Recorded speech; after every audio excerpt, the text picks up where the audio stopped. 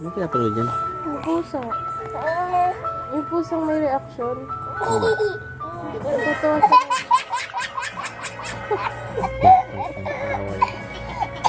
Inubon. Kahit inubon, tao pang tao.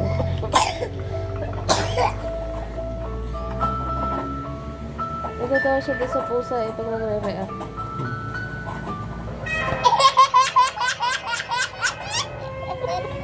Ay, tayo, napakababaw. Yung ulit-ulit na yung pinapanood niya. Parang yung kachigi lang yan. Pag nagustuhan niya, yun na yun. Naawa pa siya eh, pag nalulungkot yung pusa.